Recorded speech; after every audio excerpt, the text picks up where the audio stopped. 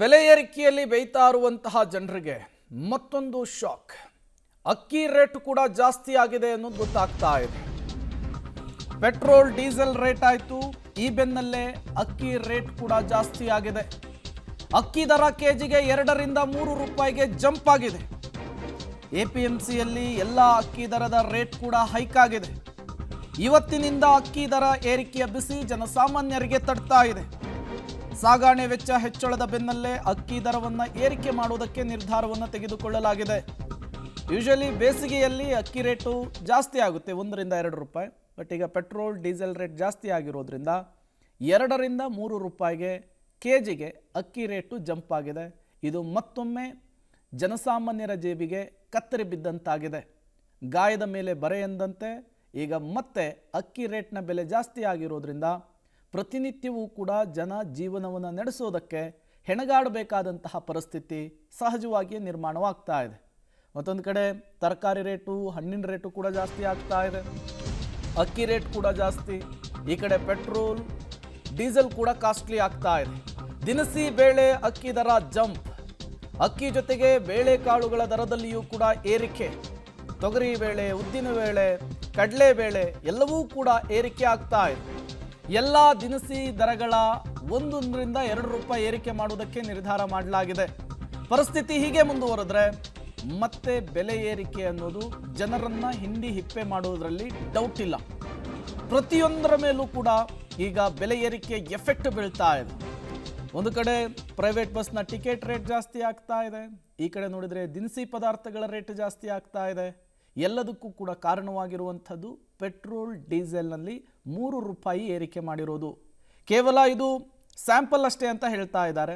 ಮುಂದಿನ ದಿನಗಳಲ್ಲಿ ಇದು ಮತ್ತಷ್ಟು ಏರಿಕೆ ಆಗೋ ಸಾಧ್ಯತೆ ಇದೆ. ಡೀಟೇಲ್ಸ್ ಕೊಡೋದಕ್ಕೆ ಪವಿತ್ರ ನೇರ ಸಂಪರ್ಕದಲ್ಲಿ ಜಾಯ್ನ್ ಆಗಿದ್ದಾರೆ.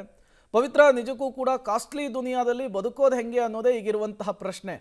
ಪೆಟ್ರೋಲ್ ಡೀಸೆಲ್ ಮೇಲೆ 3 ರೂಪಾಯಿ ಏರಿಕೆ ಮಾಡಿದ್ದು. ಪ್ರೈವೇಟ್ ಬಸ್ಸಿನಿಂದ ಹಿಡಿದು ಈಗ ತರಕಾರಿ ಹಣ್ಣಿನವರೆಗೂ ದಿನಸಿ ಪದಾರ್ಥಗಳವರೆಗೂ ಕೂಡ ರೇಟ್ ಜಾಸ್ತಿ ಆಗ್ತಾ ಇದೆ. ಪರಿಸ್ಥಿತಿ ಹೆಂಗೆ ಅಂಥೇಳಿ, ಮುಂದೆ ಜೀವನ ನಡೆಸೋದು ಹೆಂಗೆ ಅಂಥೇಳಿ ಪವಿತ್ರ? ಪ್ರೇಮ್, ಈಗ ಯಾವಾಗ ಪೆಟ್ರೋಲ್ ಡೀಸೆಲ್ಗಳ ದರ ಏರಿಕೆ ಆಗುತ್ತೋ ಆಗ ಅದು ಎಲ್ಲದಕ್ಕೂ ಕೂಡ ದರ ಏರಿಕೆಗೆ ಮೂಲ ಕಾರಣವಾಗಿರುತ್ತೆ. ಆತಂಕ ಆಗೋದೇ ಅದೇ ಕಾರಣಕ್ಕೆ. ತೈಲಗಳ ದರ ಏರಿಕೆ ಆದ ತಕ್ಷಣ ಅದು ತಿನ್ನೋ ತಟ್ಟೆಯ ಅನ್ನವೂ ಕೂಡ ದುಬಾರಿ ಆಗುತ್ತೆ. ಎಲ್ಲವೂ ಕೂಡ ದುಬಾರಿ ಆಗೋದಕ್ಕೆ ಆರಂಭವಾಗುತ್ತೆ.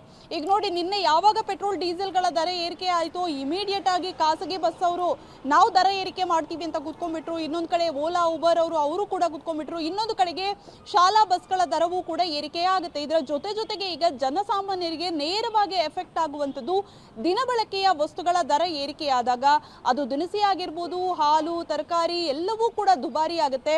ಈಗ ಅಕ್ಕಿ ದರವೂ ಕೂಡ ಕೆಜಿಗೆ 2 ರಿಂದ 3 ರೂಪಾಯಿ ಏರಿಕೆಯಾಗಿದೆ. ಜೊತೆಗೆ ಎಲ್ಲಾ ರೀತಿಯ ಬೇಳೆಕಾಳುಗಳ ದರವೂ ಕೂಡ ಕೆಜಿಗೆ 1 ರೂಪಾಯಿಯಿಂದ 2 ರೂಪಾಯಿಗೆ ಏರಿಕೆಯಾಗುತ್ತೆ. ಬಟ್ ಒಂದು ವೇಳೆ ಇದೇ ಪರಿಸ್ಥಿತಿ ಮುಂದುವರೆದ್ರೆ ಮತ್ತೆ ದರ ಏರಿಕೆ ಆದ್ರೆ ಎಗೇನ್ ದರ ಏರಿಕೆ ಆಗುವಂತಹ ಸಾಧ್ಯತೆ ಇದೆ. ಬಟ್ ಈಗ ಅಕ್ಕಿ ಬೇಳೆಗಳ ದರ ಏನಿದೆ ಅದರಲ್ಲೂ ಕೂಡ ಅಕ್ಕಿ ದರ ಈ ಬಾರಿ ಮುಂಗಾರು ಕೈ ಕೊಟ್ರೆ ಮಗದೊಂದು ಕಡೆ ರಸಗೊಬ್ಬರಗಳ ದರ ಏರಿಕೆ ಆಗ್ತಾ ಇದೆ. ಮತ್ತೆ ದರ ಏರಿಕೆ ಆಗುವಂತಹ ಚಾನ್ಸಸ್ ಇದೆ. ಅಕ್ಕಿ ದರ ಮತ್ತೆ ಎಗೇನ್ 3 ರೂಪಾಯಿ ಕೆಜಿಗೆ ಏರಿಕೆ ಆಗ್ಬೋದು ಅನ್ನುವಂತಹ ವಿಶ್ಲೇಷಣೆಗಳು ಕೂಡ ಕೇಳಿ ಬರ್ತಾ ಇದೆ. ಸೊ ಹಾಗಾಗಿ ಜನಸಾಮಾನ್ಯರಿಗೆ ಇದರ ಪರಿಣಾಮ ನೇರವಾಗಿ ತಟ್ಟುತ್ತೆ. ಇನ್ನು ತರಕಾರಿ ದರವೂ ಕೂಡ ಅಷ್ಟೇ, 5 ರಿಂದ 10% ಅಷ್ಟು ದರ ಏರಿಕೆ ಆಗುವಂತಹ ಸಾಧ್ಯತೆ ಇದೆ. ಹಣ್ಣುಗಳ ದರ ಏರಿಕೆಯಾಗುತ್ತೆ. ಇನ್ನೊಂದು ಕಡೆಗೆ ಆನ್ಲೈನ್ಗಳ ಸ್ವಿಗ್ಗಿ, ಝೊಮ್ಯಾಟೊಗಳ ಅಲ್ಲಿ ಆರ್ಡರ್ ಮಾಡೋರಿಗೆ ಅಲ್ಲಿನ ಸರ್ಚಾರ್ಜ್ಗಳ ದರ ಏರಿಕೆ ಆಗುವಂತಹ ಸಾಧ್ಯತೆಗಳಿದ್ದಾವೆ. ಸೊ ಎಲ್ಲವೂ ಕೂಡ ದರ ಏರಿಕೆಯ ಸುನಾಮಿಯ ರೀತಿಯಲ್ಲಿ ಜನರಿಗೆ ತಟ್ತಾ ಇದೆ. ಜನ ಹೈರಾಣಾಗಿ ಹೋಗಿದ್ದಾರೆ. ಆಲ್ರೆಡಿ ದರ ಏರಿಕೆಯ ಏಟಿಗೆ ಜನಸಾಮಾನ್ಯರು ಇದನ್ನು ಹೆಂಗಪ್ಪ ತಡ್ಕೊಳ್ಳೋದು ಅನ್ನುವಂಥದ್ರಲ್ಲೇ ಇದ್ರು. ಅದರಲ್ಲೂ ಕೂಡ ಪೆಟ್ರೋಲ್ ಡೀಸೆಲ್ ಯಾವಾಗ ದರ ಏರಿಕೆ ಆಯಿತು, ಎಗೇನ್ ಮತ್ತೆ ದರ ಏರಿಕೆಯ ಸುನಾಮಿ. ಸೊ ಜನ ಮತ್ತೆ ದರ ಏರಿಕೆಯಿಂದ ಹೈರಾಣಾಗುವಂತಹ ಪರಿಸ್ಥಿತಿಗೆ ಈಗಾಗಲೇ ತಲುಪಿದ್ದಾರೆ. ಪ್ರೇಮ್, ಓಕೆ, ಥ್ಯಾಂಕ್ ಯು ಪವಿತ್ರ ತಮ್ಮೆಲ್ಲ ಮಾಹಿತಿಗಾಗಿ. ಮೊದಲ ಹಂತದಲ್ಲಿ 3 ರೂಪಾಯಿ ಏರಿಕೆ ಮಾಡಿದ್ದಾರೆ ಪೆಟ್ರೋಲ್ ಮತ್ತು ಡೀಸೆಲ್ಗೆ. ಮುಂದಿನ ದಿನಗಳಲ್ಲಿ ಮತ್ತೆರಡು ಹಂತಗಳಲ್ಲಿ ಏರಿಕೆ ಮಾಡುವಂತಹ ಸಾಧ್ಯತೆ ಇದೆ. ಒಂದು ವೇಳೆ ಆ ರೀತಿ ಪೆಟ್ರೋಲ್ ಡೀಸೆಲ್ ದರ ಏರಿಕೆ ಆಗಿದ್ದೇ ಆದರೆ ದುನಿಯಾ ಮತ್ತಷ್ಟು ಕಾಸ್ಟ್ಲಿ ಆಗೋದ್ರಲ್ಲಿ ಡೌಟ್ ಇಲ್ಲ.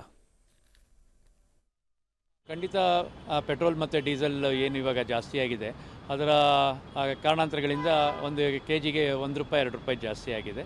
ಮತ್ತು ಇವು ಏನು ನಮ್ಮ ಫಾರಿನ್ ಕಂಟ್ರೀಸ್ಗೆ ಸರಿಯಾಗಿ ಸಪ್ಲೈ ಆಗ್ತಾ ಇಲ್ಲ. ಅದರಿಂದನೂ ಕೂಡ ನಮಗೆ ಸ್ವಲ್ಪ ಎಫೆಕ್ಟ್ ಆಗಿದೆ. ಈಗೇನಾಗಿದೆ ಅಂತಂದರೆ ಈಗ ನಮ್ಮ ಸೀಸನ್ ಎಂಡ್ ಆಗಿದೆ, ಈಗ ಹೊಸ ಸೀಸನ್ ಬರಬೇಕು. ಹೊಸ ಸೀಸನ್ ಬಂದ ಮೇಲೆ ನಮಗೆ ಕರೆಕ್ಟಾಗಿ ಗೊತ್ತಾಗುತ್ತೆ ಭತ್ತದ ಬೆಲೆ ಯಾವ ರೀತಿ ಆಗುತ್ತೆ ಅಂತೇಳಿ. ಮತ್ತು ಇವಾಗ MSP ರೇಟ್ ಕೂಡ ಜಾಸ್ತಿ ಮಾಡಿದ್ದಾರೆ, ಕೆ ಜಿಗೆ 70 ಪೈಸೆ ಏನೋ ಜಾಸ್ತಿ ಮಾಡಿದ್ದಾರೆ. ಅದರದ್ದು ಎಫೆಕ್ಟ್ ಕೂಡ ₹1 ಜಾಸ್ತಿ ಆಗುತ್ತೆ. ಡಿಪೆಂಡ್ಸ್ ಆನ್ ಮುಂಗಾರು ಮೇಲೆ ಇದಾಗುತ್ತೆ. ಈ ಸರಿ ಏನು ಪ್ರಿಡಿಕ್ಟ್ ಮಾಡಿದ್ದಾರೆ ಮೇ 26ನೇ ತಾರೀಕಿಂದನೇ ಮುಂಗಾರು ಸ್ಟೋರು ಆಗುತ್ತೆ ಅಂತೇಳಿ. ಮಳೆ ಏನಾದರೂ ಚೆನ್ನಾಗಿ ಬಂದರೆ ಇದೇ ರೀತಿ ನಿಂತ್ಕೊಳ್ಳುತ್ತೆ, ಅದರ್ವೈಸ್ ಇಲ್ಲ ಅಂದರೆ ಸ್ವಲ್ಪ ಜಾಸ್ತಿ ಆಗೋ ಚಾನ್ಸಸ್ ಜಾಸ್ತಿ ಇದೆ. ಎಲ್ಲ ರೇಟ್ ಜಾಸ್ತಿ ಆಗಿದೆ. ಯಾಕೆಂದರೆ ಕಾರಣಾಂತರಗಳಿಂದ ನಮ್ಮದು ಏನು ನಮ್ಮ ಲಾಜಿಸ್ಟಿಕ್ಸ್ ಏನು ಬರ್ತಾ ಇದೆಯಲ್ಲ, ಫ್ರೈಟ್ ಚಾರ್ಜ್ಗಳು ಜಾಸ್ತಿ ಆಗುತ್ತೆ ಮತ್ತು ಮಿಷನರೀಸ್ ಜಾಸ್ತಿ ಆಗುತ್ತೆ. ಹಾಗಾಗಿ ಡೀಸೆಲ್ ಬೆಲೆಯಿಂದ ನಮಗೆ ರೇಟ್ಗಳು ಜಾಸ್ತಿ ಆಗಿದೆ. ಅಷ್ಟಾಗಿ ಇನ್ನೂ ಅದ್ರದ್ದು ಎಫೆಕ್ಟ್ ಬಂದಿಲ್ಲ, ಯಾಕೆಂತಂದರೆ ಇನ್ನೂ ರಸಗೊಬ್ಬರಗಳನ್ನ ಯೂಸ್ ಮಾಡಲಿಕ್ಕೆ ಸ್ಟಾರ್ಟ್ ಮಾಡಿಲ್ಲ. ಅದ್ರದ್ದು ಏನಾದರೂ ಆದರೆ ಅದು ಕೂಡ ಕಾರಣ ಆಗ್ಬೋದು ಸ್ವಲ್ಪ ಜಾಸ್ತಿ ಆಗೋಕ್ಕೆ. ಇನ್ನೂ ಒಂದು ₹2-3 ಜಾಸ್ತಿ ಆಗೋ ಚಾನ್ಸಸ್ ಇದೆ, ಯಾಕೆಂದರೆ ಮುಂಗಾರು ಮಳೆ ಮೇಲೆ ಡಿಪೆಂಡ್ ಆಗಿದ್ದಾರೆ. ಮುಂಗಾರು ಮಳೆ ಸರಿಯಾಗಿ ಬರಲಿಲ್ಲ ಅಂತಂದರೆ ರೇಟ್ ಖಂಡಿತ ಜಾಸ್ತಿ ಆಗುತ್ತೆ. ಮುಂದಿನ ದಿನಗಳಲ್ಲಿ ಪೆಟ್ರೋಲ್ ಡೀಸೆಲ್ ರೇಟ್ ಮತ್ತಷ್ಟು ಜಾಸ್ತಿ ಆದರೆ ಮತ್ತೆ ಈಗ ಸಹಜವಾಗಿಯೇ ದುನಿಯಾ ಕಾಸ್ಟ್ಲಿ ಆಗೋದ್ರಲ್ಲಿ ಡೌಟ್ ಇಲ್ಲ. ಮುಂದಿನ ಬೆಳವಣಿಗೆಗಳನ್ನು ಆಧರಿಸಿ ಬೆಲೆ ಏರಿಕೆಯ ವಿಚಾರದಲ್ಲಿ ಒಂದಿಷ್ಟು ನಿರ್ಧಾರಗಳನ್ನೇನಾದರೂ ಕೇಂದ್ರ ಸರ್ಕಾರ ತೆಗೆದುಕೊಳ್ಳುತ್ತಾ ಅನ್ನೋದನ್ನು ಕಾದು ನೋಡಬೇಕಿದೆ.